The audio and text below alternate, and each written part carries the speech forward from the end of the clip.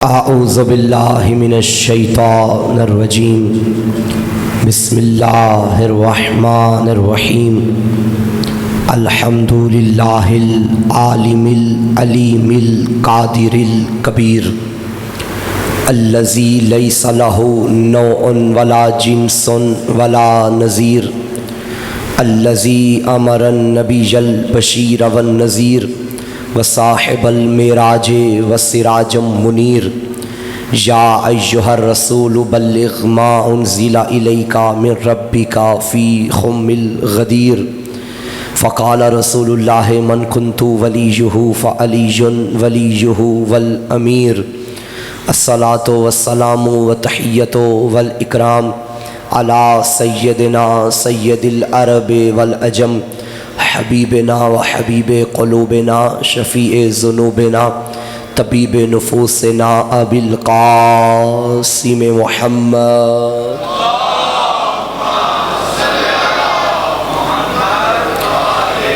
وعلی آلہ الطیبین الطاہرین المعصومین المظلومین المنتخبین المنتجبین ولعنت اللہ علی اعدائہم ومکسر فضائلہم ومنکر ولایتہم اجمعین اما بعد فقد قال اللہ تعالی فی کتابہ المجید بسم اللہ الرحمن الرحیم والعصر ان الانسان لفی خسر الا الذین آمنوا وعملوا الصالحات وتواصوا بالحق وتواصوا بالصبر صلوات۔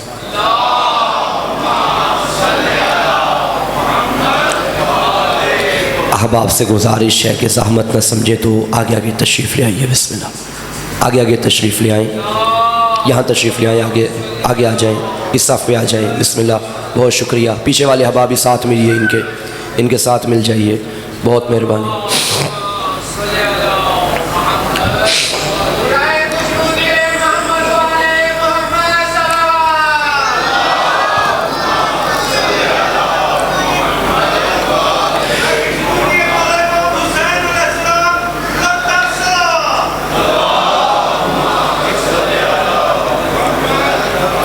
نعرہ تکبیر، نعرہ رسالت، نعرہ حیدری، حسینیت، یزیدیت، برائے تعجیل ظہور منتقم خون حسین بلندتر صلوات۔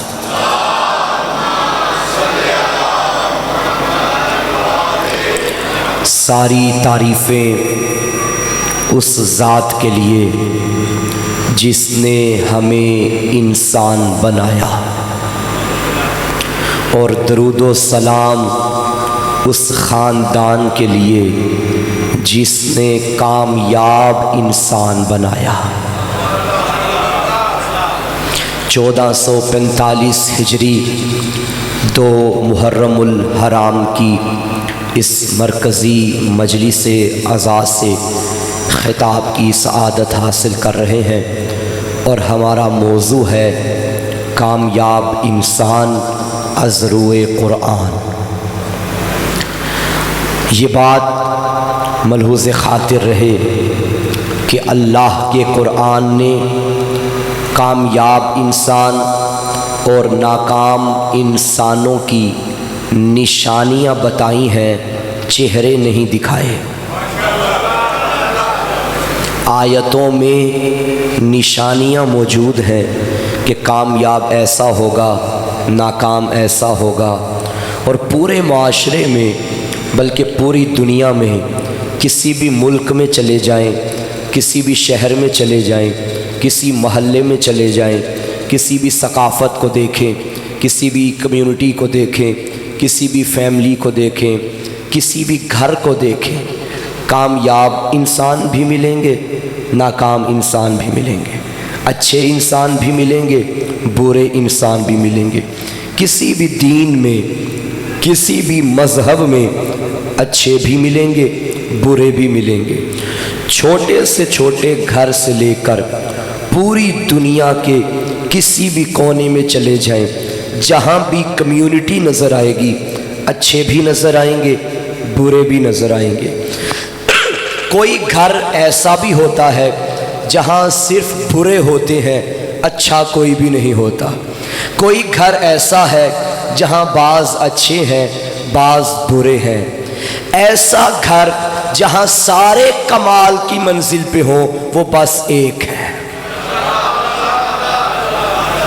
جہاں کسی بھی فرد کی صداقت پہ، طہارت پہ، ولایت پہ شک نہیں کیا جا سکتا، بلکہ یہ وہ گھر ہے جو علم کا در ہے، جو عبادت کا در ہے، جو سخاوت کا در ہے، جو نجابت کا در ہے، جو صداقت کا در ہے، جو شرافت کا در ہے، جو کرامت کا در ہے، جو نجابت کا در ہے، جو ولایت کا در ہے، جو امامت کا در ہے، جو خلافت کا در ہے، جو نبوت کا در ہے، جو رسالت کا در ہے، جو سیادت کا در ہے، جو سعادت کا در ہے، جو شہادت کا در ہے۔ ایک جملے میں بات مکمل کروں، یہ وہ در ہے جس در پہ آ کے بندہ در بدر نہیں ہوتا۔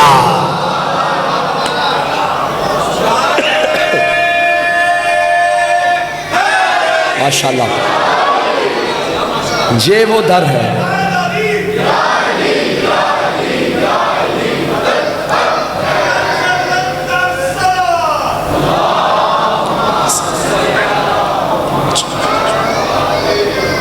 ساری کائنات کے کمال اللہ نے جس ایک گھر میں رکھ دیے ہیں، وہ گھر بطول کا گھر ہے۔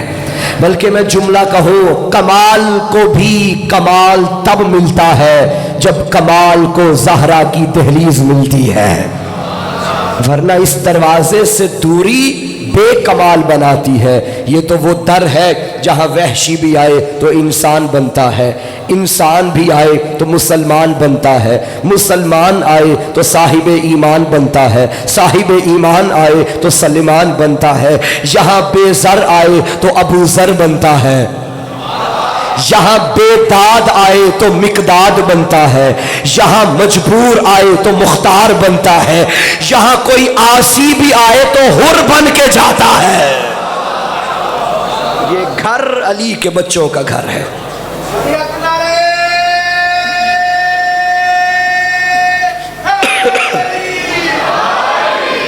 تو قرآن مجید نے اچھے لوگوں کی نشانیاں بھی بتائیں، برے لوگوں کی بھی بتائیں، کامیاب انسان بھی بتائے، ناکام انسان بھی بتائے۔ مثلا سورہ 3 میں خالق نے قسمیں اٹھا کے فرمایا، بسم اللہ الرحمن الرحیم، والتین والزیتون وطور سینین وہذا البلد الامین لقد خلقنا الانسان فی احسن تقویم، کہ ہمیں قسم ہے کہ انسان کو ہم نے اعلیٰ ترین پیمانے پہ خلق فرمایا۔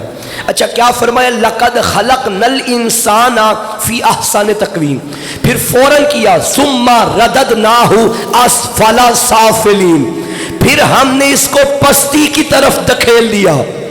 پہلے کہا کامیاب ہے، پھر کہا ناکام ہے۔ نہیں، مجھے بات کھولنی پڑے گی۔ یہ قرآن مجید جو ہے نا کتاب، یہ معجزۂ خداوندی ہے، ٹھیک؟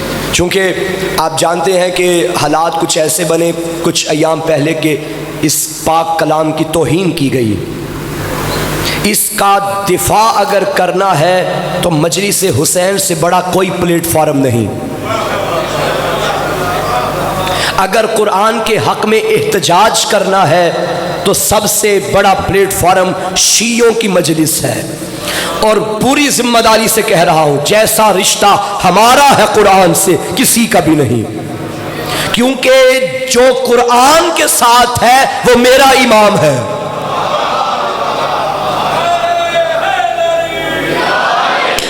جو قرآن کا نمونہ ہے، قرآن کی سیرت ہے، قرآن کا عمل ہے، اسے علی کہتے ہیں۔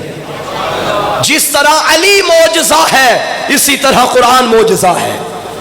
قرآن میں اور باقی کتابوں میں فرق، آپ قرآن مجید کے علاوہ دنیا کی کوئی بھی کتاب اٹھا لے، کوئی بھی کتاب، تمام کتابوں میں اور قرآن میں ایک فرق ہے۔ آپ کسی کتاب کو اٹھائیں، ماشاءاللہ صاحبان مطالعہ میرے سامنے تشریف فرمائیں، کسی کتاب کو بھی اٹھائیں، کھولیں گے پہلے آئے گا فہرست، آغاز میں یا اختتام پہ فہرست لکھی ہوگی، چیپٹر نمبر 1 اس میں یہ باب، چیپٹر نمبر 2 اس میں یہ باب. مثلا اگر پہلا چیپٹر توحید کا ہے تو اس کے ذیل میں توحید کا عدل، توحید کی صفات، وہ حی ہے، وہ قیوم ہے، مختلف چیپٹر بنے ہوں گے. توحید کا چیپٹر ختم ہوا، نیکسٹ نبوت. اب نبوت میں عصمت آئے گی، نبوت میں ہدایت آئے گی. نبوت کا چیپٹر ختم ہوا، پھر امامت، امامت میں خلافت آئے گی، ہدایت آئے گی. ایسا ہے نا، کسی بھی چیپٹر کے ذیل میں جو مناسبتیں، نسبتیں آتی رہیں اس چیپٹر کے ذیل میں لکھی ہوں گی. آگے پیج نمبر لکھا ہوگا. جو بھی آپ نے پڑھنا ہے اس پیج پہ جاؤ، وہ آپ کے سامنے آ جائے گا. قرآن ایسی کتاب ہے جس کے آغاز میں بھی فہرست نہیں. یعنی قرآن میں یہ نہیں لکھا ہوا کہ اگر آپ نے توحید کے چیپٹر پڑھنا ہے تو پہلے 2 صفحے ہیں، رسالت کا چیپٹر پڑھنا ہے تو آخری 2 سپارے ہیں، قیامت کا چیپٹر پڑھنا ہے تو درمیان والا سپارہ ہے. نہیں، یہ قرآن کا عجب مزاج ہے. ایک بات آیت میں لکھتا ہے تو پھر اگلی آیت نہ جانے کوئی اور بات شروع کر لیتا ہے. یعنی اسی سورہ 3 کو دیکھ لے، یہاں فرمایا لَقَدْ خَلَقْنَا الْإِنسَانَ فِي أَحْسَنِ تَقْوِيمٍ، پھر فوراً ہی کہنے لگا ثُمَّ رَدَدْنَاهُ أَسْفَلَ سَافِلِينَ. ایک ہی صورت میں قسمیں اٹھا کے احسن تقویم بھی کہہ رہا ہے، اسفل سافلین بھی کہہ رہا ہے. یعنی ایک ہی صورت میں انسان کو اعلیٰ ترین پیمانے پہ بھی بنوا رہا ہے، اسی صورت میں اگلی آیت میں اور گھڑے میں بھی پھینک رہا ہے. یعنی پست ترین گھڑے میں جائے گا. ایک ہی صورت میں لعنت بھی کر رہا ہے، سلام بھی بھیج رہا ہے. جس پارے میں آل محمد کا تذکرہ، اسی میں ان کے دشمنوں کا تذکرہ. اور خدا کی قسم، جو قرآن کا مزاج وہی مجلس شبیر کا مزاج. ایک بات خیبر کی ہوگی پھر خندق کی آئے گی، ایک بات کربلا کی ہوگی پھر بدر کی ہوگی. کبھی موسیٰ کا ذکر ساتھ فرعون کا ذکر، کبھی آدم کا ذکر ساتھ ابلیس کا ذکر. ایسا نہیں ہے کہ آج کی مجلس میں آدم کا ذکر ہوگا اور ابلیس کا نہیں. نہیں، آدم کا بھی ہوگا، ابلیس کا بھی ہوگا، موسیٰ کا بھی ہوگا، فرعون کا بھی ہوگا، ابو لہب کا بھی ہوگا، مصطفیٰ کا بھی ہوگا، علی کا بھی ہوگا، باطل کا بھی ہوگا. اسی مجلس میں ہم حسین زندہ باد بھی کہیں گے، یزید مردہ باد بھی کہیں گے. وہی مزاج.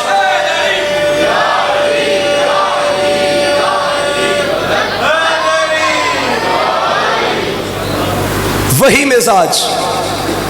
اچھا، کچھ لوگ یہ کہتے ہیں جی یہ کربلا معلیٰ کی خاک کو جو آپ خاک شفا کہتے ہیں، اس میں جہاں حسین ابن علی کے لشکر کے سپاہیوں کا لہو گرا، وہاں تو یزید کے سپاہیوں کا لہو بھی گرا ہے نا. ایسا بھائی وہ بھی تو قتل ہوئے نا، کچھ قتل ہوئے کچھ بچ گئے، اور جو قتل ہوئے ان کا خون بھی وہیں پہ تھا. آل محمد کا، ہاشمیوں کا، آپ کے اصحاب کا خون بھی یہیں پہ تھا. پھر آپ اس خاک کو خاک شفا کیوں کہتے ہیں؟ اس خاک میں تو ان کا نجس خون بھی ملا ہوا ہے. پھر میں آپ سے پوچھتا ہوں، یہ جو قرآن آپ چومتے ہیں، کیوں چومتے ہیں؟ اس میں اللہ کا ذکر ہے، اس میں تو شیطان کا بھی ذکر ہے، اس میں تو فرعون کا بھی ذکر ہے، اس میں تو ابو لہب کا، بلکہ پورا سورہ لہب ابو لہب کے نام پہ ہے، سورہ لہب ابو لہب کے نام پہ. یعنی اللہ نے دشمن محمد کے ناموں پہ سورتوں کے نام رکھے اور تو نے وہ قرآن چوم لیا. بڑی توجہ چاہ. چلو میں بچوں کو سمجھانے کے لیے ایک فقہی مسئلہ بھی بیان ہو جائے گا اور بات بھی پہنچ جائے گی. اگر ایک گلاس آپ رکھیں، قلیل پانی ہو گلاس کے اندر، اور اس کے اندر کوئی نجاست کا قطرہ گر جائے، چھوٹا سا قطرہ، سارا پانی نجس. اگر پانی ہو قر، اب میں اس کی وضاحت نہیں کروں گا کہ قلیل کسے کہتے ہیں، قر کسے کہتے ہیں، یہ آپ اپنے مولانا سے پوچھ لیجئے گا. اگر قر پانی ہو اور اس میں نجاست کا قطرہ گر گیا، فقہا فرماتے ہیں کہ نجاست کے قطرے کے گرنے سے وہ پانی نجس نہیں ہوگا جب تک اس نجاست کی وجہ سے اس پانی کا رنگ، بو یا ذائقہ تبدیل نہ ہو جائے. جب وہ ذائقہ تبدیل ہو جائے گا پھر وہ نجس ہو جائے گا. یہ آب خالص کی بات کر رہا ہوں. ہاں اگر مصاف پانی ہے وہ تھوڑا بھی ہو قلیل بھی ہو اس میں پانی گرا تو سارا نجس. خالص کی بات کر رہا ہوں. قلیل میں آیا تو نجس ہو جائے گا فوراً جیسے ہی نجاست قلیل پانی میں گر گئی. اور اگر کر پانی میں نجاست گری تو فوراً نجس نہیں ہوگا. شرط ہے کہ اگر رنگ بو ذائقہ تبدیل ہوگا تو نجس ہوگا. یہ کم پانی میں نجاست گرنے سے نجس، کر پانی میں نجاست گرنے سے وہ نجس نہیں ہوا. کیوں؟ کیونکہ جو نجاست ہے نا، گلاس کے پانی کی طہارت بہت کم تھی، یہ نجاست اس پہ غالب آ گئی. اور جو کور پانی تھا اس کی اتنی زیادہ طہارت تھی کہ ایک قطرہ گرنے سے اس کی طہارت میں کوئی فرق نہیں پڑا. دنیا بھر کی نجاستیں اکٹھی ہو جائیں پھر بھی شر و شبیر کے لہو کی طہارت کا مقابلہ نہیں کر سکتی. حسین کا لہو مقدس لہو ہے. شیطان کا نام قرآن میں آ جائے تو قرآن معاذ اللہ نجس نہیں ہو جائے گا، یا قرآن کی شان میں کمی نہیں آ جائے گی، کیونکہ یہاں رحمان کا بھی تذکرہ ہے. وہ اتنا بلند ہے کہ شیطان کے نام کے آنے سے اس کے نام میں کوئی فرق نہیں پڑتا، اس کی شان میں کوئی فرق نہیں پڑتا. حسین اتنا بلند ہے، تم لاکھ مرتبہ یزید یزید کرتے رہو، دنیا بھر کے یزید آ جائے حسین کے نون کے نقطے کی بھی برابری نہیں کر سکتے. یہ حسین ابن علی.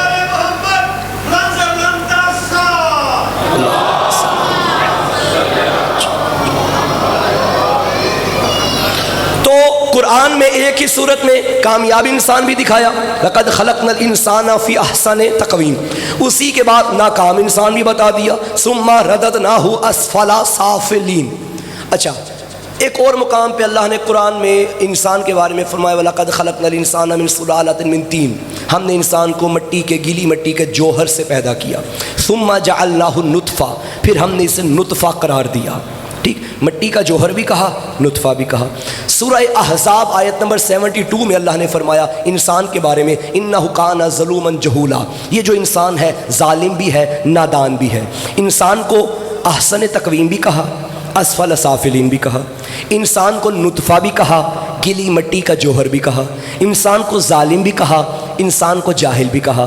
پھر انسانوں ہی کے بارے میں قرآن کی سورہ بقرہ میں فرمانے لگا اولئک علی ھدی من ربہم واولئک ھم المفلحون. یہ وہ لوگ ہیں جن پر اللہ کی طرف سے ہدایت ہے اور یہ کامیاب ہے. یہاں کامیاب کہہ رہا ہے، چند قدم آگے جا کے اللہ فرما رہا ہے ختم اللہ علی قلوبہم وعلی سمعہم وعلی ابصارہم. ان کے دلوں پہ مہرے ہیں، ان کے کانوں پہ مہرے ہیں، ان کی آنکھوں پہ مہرے ہیں، اللہ کی مہر ہے. پھر ایک قدم آگے جا کے کہا سمم بکمن امیون. یعنی پورے قرآن میں اگر آپ غور کریں کامیاب بھی دکھا دیے، ناکام بھی دکھا دیے. اسفل سافلین بھی کہا، احسن تقویم بھی کہا، ہے نا ایسا؟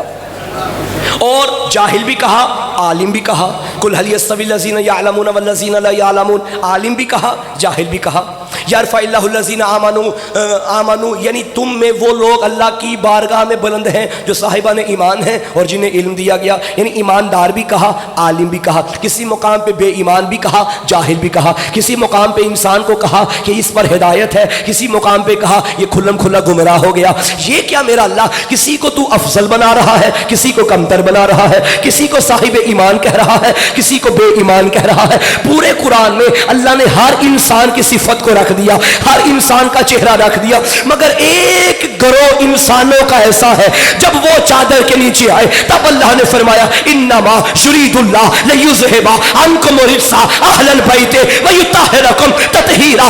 اگر ریس گمراہی ہے، ریس جھوٹ ہے، ریس ناکامی ہے، ریس فساد ہے تو بھول کے بھی یہ کبھی نہ سوچنا کہ ان کے گھر میں ریس ہے. نہیں، یہ کل بھی کامیاب تھے، یہ اب بھی کامیاب ہے.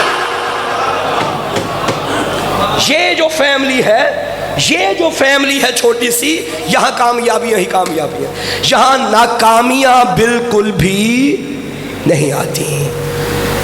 اب ناکام اور کامیاب انسان چلتے گئے چلتے گئے چلتے گئے، کربلا میں آ گئے۔ جو احسن تقویم کا مصداق تھا وہ حسین آیا، جو اسفل سافلین کا مصداق تھا وہ یزید آیا، بلکہ یوں کہوں وہ جو تھا وہ نجاستوں کا پیکر، جو یہ تھا یہ طہارتوں کا پیکر، اس کے گھر میں شیطان پلا، اس کے گھر میں قرآن پلا۔ وہ تھا شیطان کا مکان، یہ تھا جنت کا مکین۔ نہیں، مجھے سمجھانا پڑے گا۔ ارے وہ سنگ سقیفہ، یہ کعبے کا نگینہ، وہ شام کی تاریکی، یہ نور مبین۔ جملہ کہہ دوں، جو وہ تھا وہ میسونا کی بھول تھا، جو یہ تھا یہ فرزند بطول تھا۔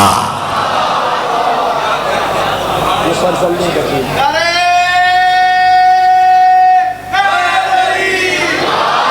دو طرح کے جہاں میں ہوئے ہے انسان، ہے جدا راستے دونوں کے بقول قرآن۔ آدمی ایک یزید ازلی میں ابھرا، ایک انسان حسین ابن علی میں ابھرا۔ اس طرف خام خیالی نیا اسلام بنے، اس طرف عزم جلالی کے شریعت نہ مٹے۔ ایک طاقت و تکبر میں اترا کے چلا، دوسرا نانا کے مرکز سے دعا لے کے چلا۔ اس کے پاس تیر تھے، تلواریں تھی، نیزے تھے، بھالے تھے۔ اس طرف شوق شہادت لیے دل والے تھے، اس طرف دنیا کا خیال تھا، اس طرف توحید کا خیال تھا۔ وہاں دنیا کا جمال تھا، یہاں توحید کا خیال تھا۔ وہاں نجاست کا پیکر تھا، یہاں طہارت کا خاندان تھا۔ وہ مال کا لالچ دے کے بلا رہا تھا، یہ چراغ بجھا کے اٹھا رہا تھا۔ وہاں کوئی آنے کے لیے پہلے تیار نہیں تھا، یہاں کوئی جانے کے لیے تیار نہیں تھا۔ تو پتہ چلا جو جسموں پہ حکومت کرے وہ یزید ہے، جو روحوں کا مالک ہو وہ حسین ہے۔ وہ جسموں پہ حکومت کر رہا تھا، حسین روحوں پہ حکومت کر رہا تھا۔ وہ ایک مرتبہ مقام جنگ کے دوران مولا امیر کے مقابلے میں آقا کا دشمن آیا اور علی کے ہاتھ اس دشمن کے ہاتھ سے تلوار گر گئی۔ علی کے چہرے کا روب دیکھ کے تلوار ہاتھوں سے گر گئی۔ جب تلوار گری، علی نے اپنی توہین سمجھا کہ میرے ہاتھ میں تلوار ہو اور دشمن کے ہاتھ میں کچھ نہ ہو۔ علی نے تلوار دشمن کو دے دی۔ صحابہ نے کہا یا علی یہ کیا کر دیا، لڑ رہے تھے تلوار دشمن کو دے دی۔ علی نے فرمایا میری تلوار اس کے ہاتھوں میں تھی، اس کا دل علی کے قبضے میں تھا۔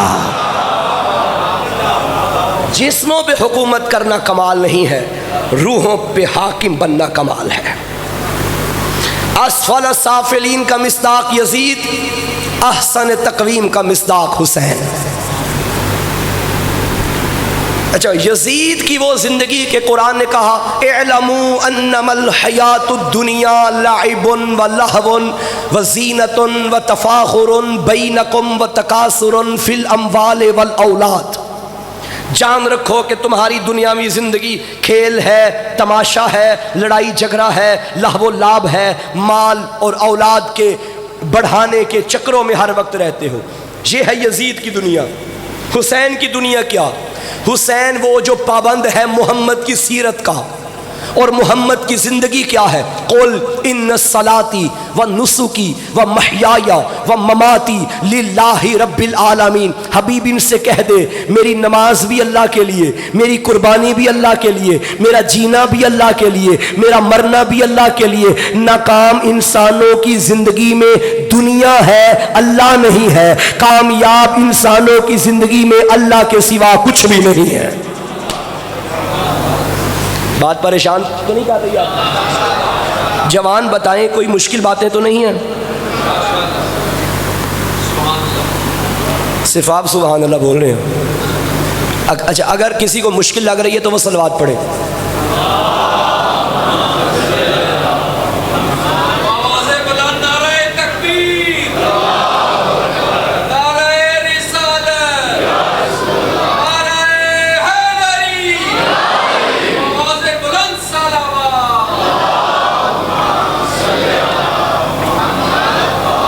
اب اگر کسی کو مشکل نہیں لگ رہی وہ صلوات پڑھیں.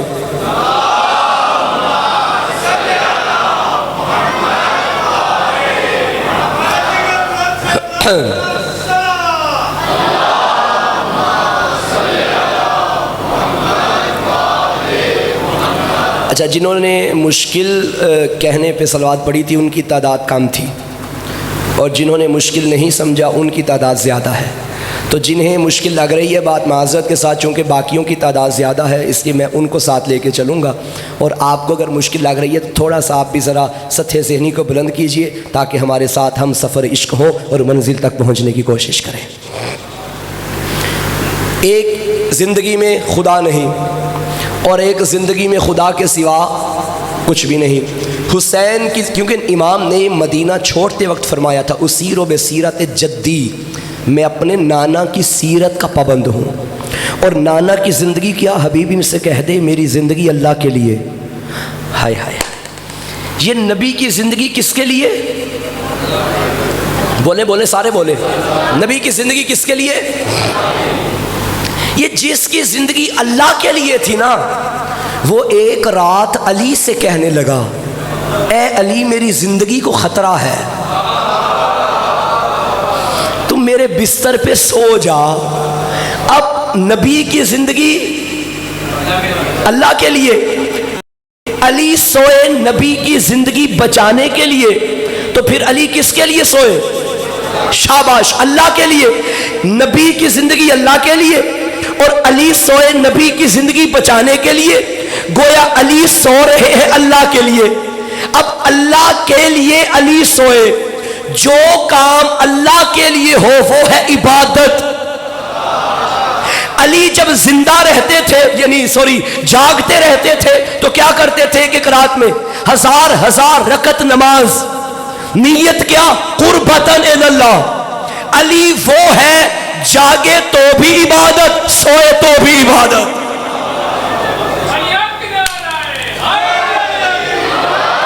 نہیں، میں آپ کو اور بلند کرنا چاہتا ہوں، جہاں میں آپ کو لانا چاہتا ہوں وہاں تک آنے کی کوشش کریں. علی سوئے اللہ کے لیے.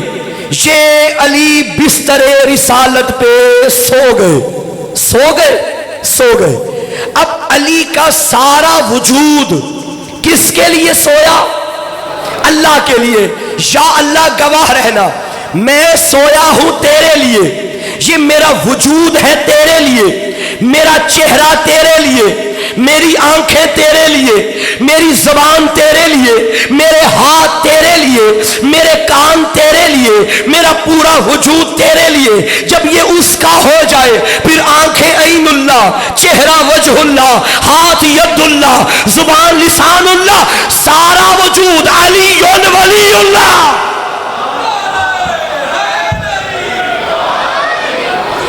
سارا وجود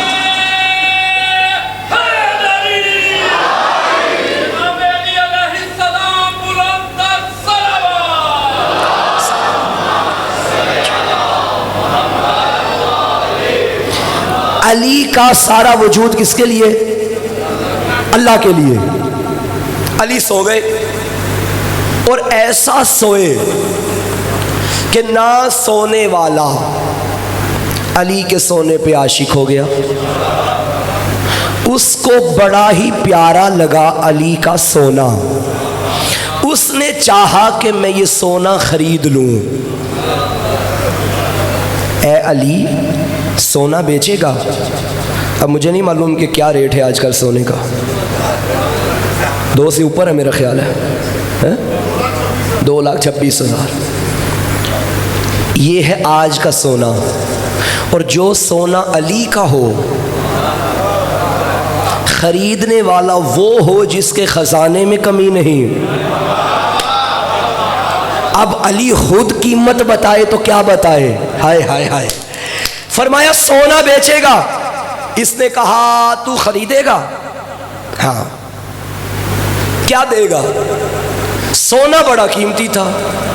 اب اس نے جو کہ کائنات کا خالق ہے، ہر حقیقت کو جانتا ہے، پوری کائنات پہ غور کیا کیا قیمت ہوگی اس کے سونے کے برابر. اسے علی کے سونے کے آگے کائنات کی ہر شے حقیر نظر آئی. پھر اس نے کہا کائنات میں اتنی وقت نہیں کہ علی کا سونا لے سکے. علی یوں کرتے ہیں مرضیاں لے لے. جاگو جاگو جاگو, اپنا سونا دے دے. اب اس نے دے دی مرضیاں, علی نے دے دیا اپنا نفس. اور قرآن میں اللہ نے اس معاہدے کا اشتہار بنا دیا, وَمِنَ النَّاسِ مَن يَشْرِي نَفْسَهُ ابْتِغَاءَ مَرْضَاتِ اللَّهِ. اللہ کے بندوں میں ایک ایسا ہے جو اپنا نفس دے کے اس کی مرضیاں خرید لیتا ہے. اب علی کا نفس اللہ کے پاس, اللہ کی مرضی علی کے پاس ہے نا. یہی علی کا نفس کس کے پاس؟ میں جملہ دوں گا مگر جملہ دینے سے پہلے یہ جملہ آپ کے ذہنوں تک پہنچاؤں گا. علی کا نفس اللہ کے پاس, اللہ کی مرضی. نہیں سارے بولو, علی کا نفس اللہ کی مرضی, علی کا نفس اللہ کی مرضی, علی کا وجود اللہ کے پاس, اللہ کی مرضی علی کے پاس. اب اگر کسی نے علی سے بیعت لینی ہے اسے چاہیے پہلے اللہ کے پاس جائے, اور کسی نے خود کو رضی اللہ کہنا ہے اسے چاہیے پہلے علی کے پاس آئے. رضائیں یہاں ہیں ماشاءاللہ.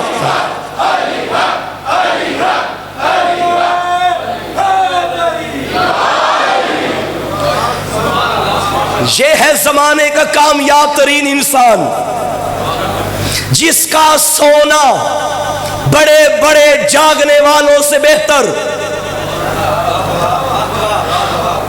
بھائی سنا ہے نا کہ شک کی عبادت سے یقین کی نیند سو جانا بہتر. یہ تھی یقین کی نیند, وہ تھی شک کی عبادت جو 2 رکعت کی 4 رکعت, جو جمعے کی نماز روزے بدھ, یہ تھی شک کی عبادت. اور 100 کے مرضیاں خرید لینا یہ تھا یقین کا سونا. ارے تمہاری عبادتیں جس علی کی نیند کی برابری نہیں کر سکتی, علی کے برابر کیسے ہو گئے؟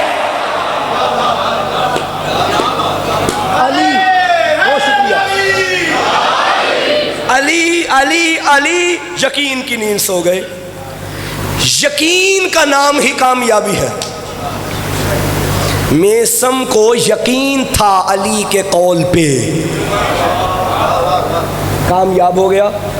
علی نے کیا فرمایا تھا؟ اے میسم تجھے یہ جو درخت نظر آ رہا ہے نا, جب یہ پروان چڑھے گا درخت بنے گا. یہ پودا جو نظر آ رہا ہے جب یہ پروان چڑھے گا درخت بنے گا, تجھے اس پہ میرے عشق میں سولی پہ لٹکایا جائے گا, تیری زبان کاٹی جائے گی. اچھا ہم جیسا کوئی ہوتا راتوں رات اسے کاٹ دیتا کہ نہ یہ بڑا ہو اور نہ یہ وقت آئے. وہ میسم تھا. ایسے ہی تو نہیں علی روزی کے اڈے پہ آ کے بیٹھ جاتے تھے. جس کی روزی کے اڈے پہ وقت کا امام آئے اس سے بڑا کامیاب کاروبار کو کیا ہوگا؟ کاروباری حضرات سے میری گزارش ہے کہ اپنی دکان اس قابل بنائیں کہ وقت کا امام آ سکے. وہ مولا امیر جب تشریف فرما تھے اور ایک وہ خاتون آئی اور اس نے کھجوریں لینی چاہیں, تو اس نے دیکھا کہ آج اصل دکاندار تو نہیں ہے, چلو یہ کوئی اور بیٹھا ہے, اسے کیا معلوم کہ سکے کیا چل رہے ہیں, اس سے میں کھجوریں لیتی ہوں. کھوٹے سکے دے دیے, علی سے کھجوریں لے کے چلی گئی. جب کھجوریں گھر لے کے گئی کھوٹے سکے دے کے, گھر گئی کھجوریں کھولیں تو کھوٹی. اگلے دن واپس آئی تو میسم بیٹھے تھے اور کہنے لگی میسم کل کس کو بٹھایا تھا؟ جب میں تجھ سے مال لیتی تھی تو کھجوریں اچھی ہوتی تھی, کل میں نے کھجوریں لی تو وہ کھوٹی تھی. میسم پریشان ہوئے, مولا امیر سے پوچھا یا علی یہ کیا ہے کہ وہ کہہ رہی ہے کہ کھجوریں کھوٹی تھیں؟ علی نے فرمایا جیسے اس نے دیا تھا ویسے ہی لیا تھا. کامیاب انسان.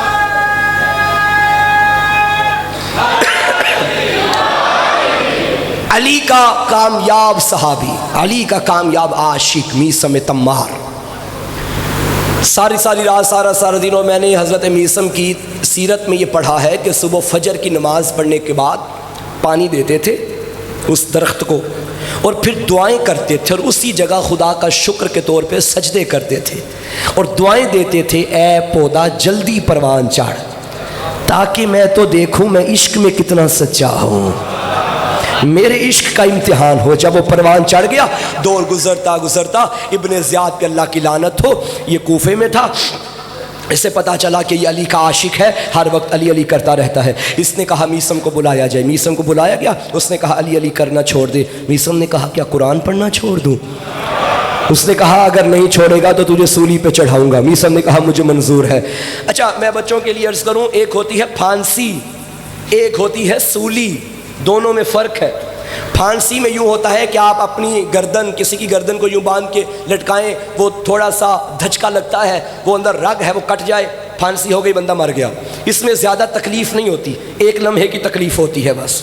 ایک ہوتی ہے سولی، اس میں یوں ہوتا ہے کہ انسان کو لٹکا کے یوں اس کو کیلوں کے ساتھ باندھا جاتا ہے اور اس کی پشت پہ خنجر چبھویا جاتا ہے، اتنا زیادہ بھی نہیں کہ مر جائے اور اتنا کم بھی نہیں کہ تکلیف نہ ہو، اتنا کہ تکلیف ہوتی رہے اور لہو بہتا رہے۔ پہلے ہاتھ پاؤں کاٹے جاتے ہیں اور پھر اسے مارا جاتا ہے۔ اب میثم تھے اس حالت میں، ذرا منظر بناؤ اور سوچو اور اپنے وجد پہ اپنے وجد پہ طاری کرو۔ یوں میثم ہاتھ پاؤں کٹ گئے، کیل لگے ہوئے ہیں، خنجر پشت میں ہے اور اسے ابن زیاد کہہ رہا ہے میں تیری زبان بھی کاٹوں گا جن سے تو علی علی کرتا ہے۔ میثم نے کہا مجھے پتا ہے تو کاٹے گا۔ اس نے کہا تجھے کیسے پتا ہے؟ کہنے لگا میرے علی نے بتایا ہے۔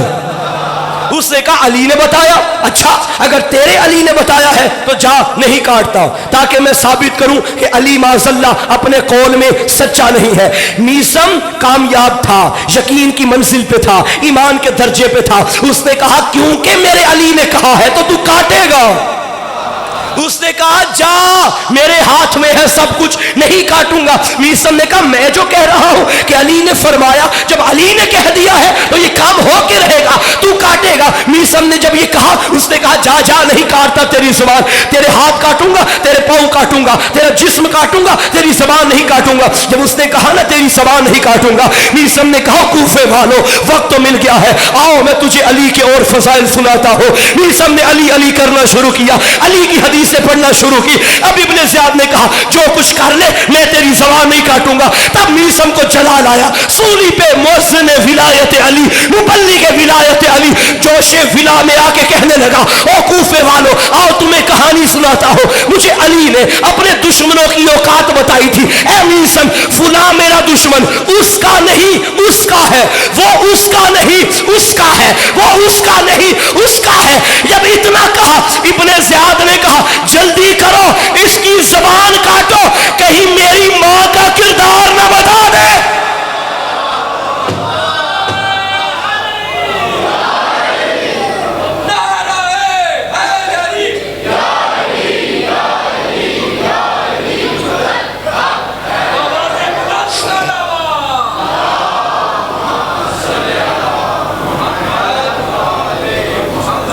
ہے توجہ؟ یہ تھا عشق علی، یہ ہے میثم تمار، رضائیں اللہ کی خریدنے والا میثم کی کھجوریں بیچ رہا ہے۔ ہائے ہائے ہائے ہائے ہائے، کیا مقام ہوگا میثم تمار کا؟ کیسا کاروبار؟ علی کا کاروبار خدا سے چلتا ہے، جو خدا سے کاروبار کرے وہ میثم کا کاروبار کر رہا ہے۔ یہ ہے کامیاب ترین انسان۔ اپنے وجود کو وقف کرو عشق علی کے لیے۔ عشق کا مزہ ہی تب آتا ہے جب تکلیفیں آتی ہیں۔ ہم یا علی مدد کے قائل ہیں، بحمدللہ ہم یا علی مدد کے قائل ہیں۔ یا علی مدد کب بولتے ہیں؟ جب کوئی مشکل آ جائے، ایسا ہی ہے۔ مشکل آ گئی تو ہم نے کہا مولا میری مدد کیجئے، دور کیجئے۔ اور اگر ہماری ایمان میں مشکل آ گئی تو بھی علی سے دعا مانگنی ہے، یا علی میری مدد کیجئے، ایمان میں مشکل ہے، مدد کیجئے۔ سامعین گرامی قدر، کامیابی تب میسر ہے کہ جب ایمان مضبوط ہوگا۔ اور انشاءاللہ ہم عشرے کے آخر پہ ایمان پہ گفتگو کریں گے کہ کامیاب بننے کے لیے ایماندار ہونا بہت ضروری ہے، صاحب ایمان ہونا بہت ضروری ہے۔ ایمان کے درجے ہیں، کوئی درجہ پست پہ ہے، کوئی درجہ اعلیٰ پہ ہے۔ ایمان میں تو سلمان و ابو ذر بھی برابر نہیں ہو سکے۔ ایمان بہت ضروری ہے کامیاب زندگی کے لیے۔ میثم کا ایمان تھا، ابو ذر کا ایمان تھا، سلمان کا ایمان تھا۔ یہ کامیاب ترین عاشقان علی تھے، کامیاب ترین موالیان امیر المومنین تھے۔ اللہ، دنیا کو کامیاب بنانے کے لیے حسین نے مدینہ چھوڑا تھا۔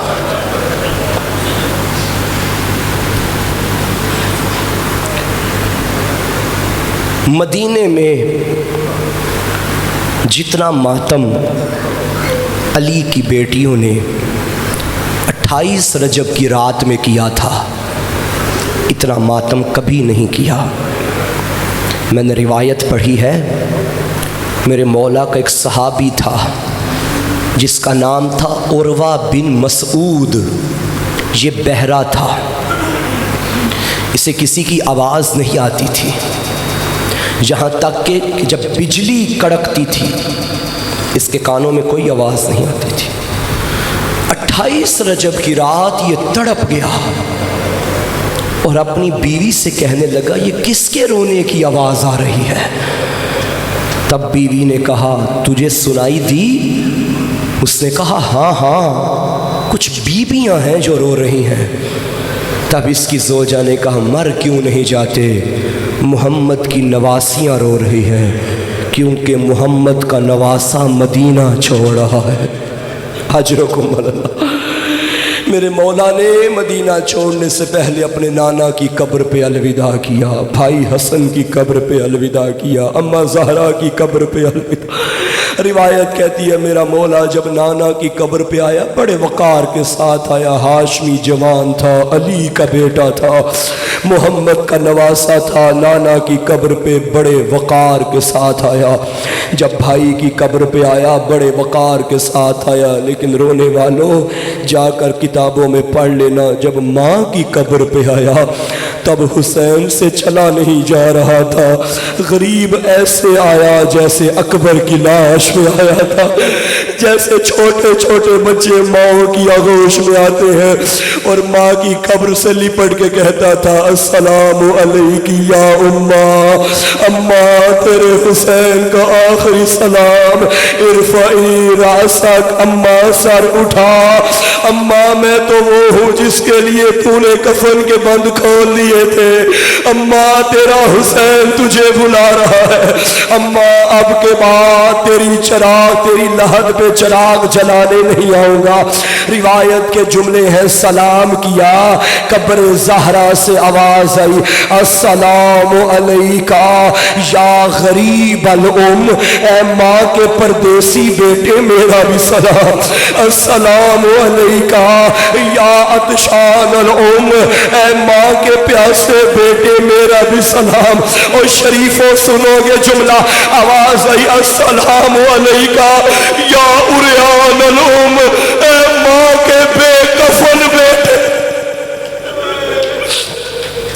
اے ماں کے غریب بیٹے، بے کفن بیٹے میرا بھی سلام۔ الوداع کر لیا، بیویوں کو تیار کیا، محمل ہاشمیوں کی گلیوں میں سواری کے لیے آ گئے۔ راوی کہتا ہے ایک ایک کر کے بی بی باہر آئی۔ سب سے پہلے ایک بی بی آئی، اکیلی نہ تھی، اس کے ساتھ 18 سال کا کڑیل جوان تھا۔ پھر ایک بی بی آئی، اکیلی نہ تھی، 13 سال کا جوان تھا، جن کی چھوٹی اولاد ہے معاف کرنا۔ ایک ایسی بی بی آئی جس کے ساتھ جوان نہیں تھا، 18 دنوں کا بچہ تھا، یہ بھی بچے کو لے کے سوار ہو گئی۔ راوی کہتے اللہ جانے آخر میں کون سی بی بی جب گھر سے باہر پہلا قدم رکھا، عباس مدینے کی گلیوں میں آیا اور رو رو کے کہتا تھا الحجاب الحجاب، حسین سے کرسی چھوٹ گئی، یہاں علی اکبر آئے، یہاں عباس آئے، محمل کے قریب اکبر نے دایاں زانو رکھا، عباس نے بایاں زانو رکھا، زینب ہو گئی سوار۔ عزادارو اب معاف کرنا، آج زینب امیر تھی، 11 محرم کو غریب ہو جائے گی۔ جب اونٹ پہ سوار ہونے لگی، مقتل کے جملے ہیں، ساری بیویوں کو سوار کیا، ایک ایک شہید کو صدا دی، علی اکبر، قاسم، اولو محمد، کہتے ایک نام ایسا تھا جسے بار بار پکار رہی تھی، وہ دریا کے کنارے پہ تھا، کہتی تھی عباس عباس عباس، آج زینب اکیلی۔ اجرکم علی اللہ، اجرکم علی اللہ، اجرکم علی اللہ۔ محرم کے مصائب ہیں، مجھے زیادہ پڑھنے دو۔ حسین کا قافلہ چل پڑا، 2 محرم کا دن گزر گیا، آج حسین جنگلوں میں آ گیا، کربلا آباد ہونے والی ہے۔ عزادارو ابھی ایک منزل پہ حسین کا قافلہ رکا، آگے سے ہر کا لشکر آ گیا جس نے حسین کا راستہ روک دیا۔ یہ دشمن تھا ابھی ہر، اکیلا نہ آیا، اس کا لشکر بھی تھا، اس کے گھوڑے بھی تھے، سواریاں بھی پیاسی تھی، لشکر بھی پیاسا تھا۔ حسین نے فرمایا عباس، علی اکبر، محملوں سے مشکیزیں نکالو، ہر بھی پیاسا ہے، اس کی فوج بھی پیاسی ہے۔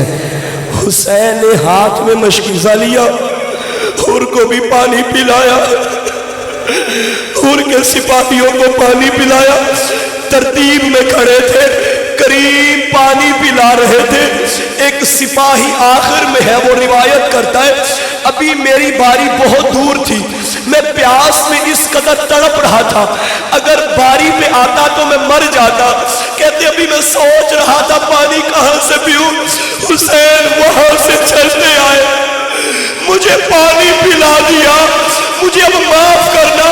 جب یہی ہر شب عاشور آیا، حسین نے استقبال کیا اور فرمایا ہر مجھے معاف کرنا، آج میں خوش بھی ہوں، میں شرمندہ بھی ہوں۔ مولا خوش کیوں ہے، شرمندہ کیوں ہے؟ فرمایا خوش اس لیے ہوں تیرا مقدر بدل گیا ہے، ہر میں شرمندہ اس لیے ہوں جب تو دشمن بن کے آیا تھا میں نے تجھے بھی پانی پلایا تھا، میں نے تیری سواریوں کو پانی پلایا، آج تو مہمان بن کے آیا اور میں بھی پیاسا، میرا اکبر اور ہم پیاسے ہیں، اور ضرور پانی پلاتے۔ بس عزادارو بات لمبی نہ ہو جائے، حسین کا گھوڑا منزل کربلا پہ آ گیا۔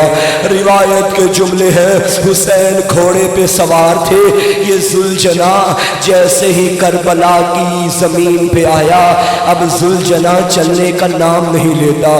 روایت میں نے پڑھا اس ذوالجنا کو اتنی آشنائی تھی مولا کے ساتھ کہ مولا جو اشارہ کرتے تھے ذوالجنا سمجھ جاتا تھا۔ آج حسین بار بار چلا رہے ہیں، گھوڑا نہیں چلتا، بار بار چلایا گھوڑا نہیں چلتا۔ عزادارو 2 مقام پہ گھوڑا نہیں چلا، ایک 2 محرم کربلا آ کے اور دوسرا مقام عصر عاشور جب حسین مقتل میں جانے لگے، امام نے دیکھا گھوڑا نہیں چل رہا، اے ذوالجنا تو تھک گیا ہے؟ آواز آئی مولا میں نہیں تھکا، میرے قدموں کی جانب دیکھ، آپ کی بیٹی میری منتیں کر رہی ہے اور کہہ رہی ہے میرے بابا کا ذوالجنا، میرے بابا کو مقتل میں نہ لے کے جا۔ عزادارو حسین کا گھوڑا نہ چلا، امام نے حضرت عباس سے فرمایا عباس یہاں پتہ کرو یہ کوئی بزرگ یا کوئی قبیلہ رہتا ہو۔ ایک سفید داڑھی والا بزرگ نظر آیا، امام نے قریب بلایا اور فرمایا یا شیخ بتا اس زمین کا نام کیا ہے؟ اس نے کہا ماریا۔ امام نے فرمایا کوئی اور نام ہے؟ کہتا ہے نینوا۔ امام نے فرمایا کوئی اور نام ہے؟ اب اس نے پلکوں کو اٹھایا، چہرہ حسین حسین دیکھا اور کہنے لگا کیا تم مباہلے والی زہرا کا بیٹا تو نہیں؟ امام نے کہا ہاں میں بطول کا بیٹا ہوں۔ بزرگ نے ماتم کر کے کہا حسین ہاذا کرب و بلا، حسین تیرا مقتل آ گیا۔ اب امام گھوڑے سے اترے، روایت میں پہلا قدم غریب کا زمین کربلا پہ آیا، زمین کربلا کا رنگ سرخ ہو گیا، ایک آندھی چلنے لگی۔ ابھی محمل پہ بیٹھی تھی زینب، جب یہ منظر دیکھا رو کے کہتی ہے بھیا مجھے خاک سے تیرے لہو کی خوشبو آ رہی ہے۔ اب غریب نے کہا زینب میرا مقتل آ گیا، اور زینب یہ علی اکبر کے مرنے کی جگہ، اور زینب وہ عباس کے بازو قلم ہونے کی جگہ، زینب یہ ٹلہ زینبیہ ہے، یہاں 70 قدم سے تو بھائی کو ذبح ہونے دیکھے۔ اللہ لعنت اللہ علی القوم الظالمین۔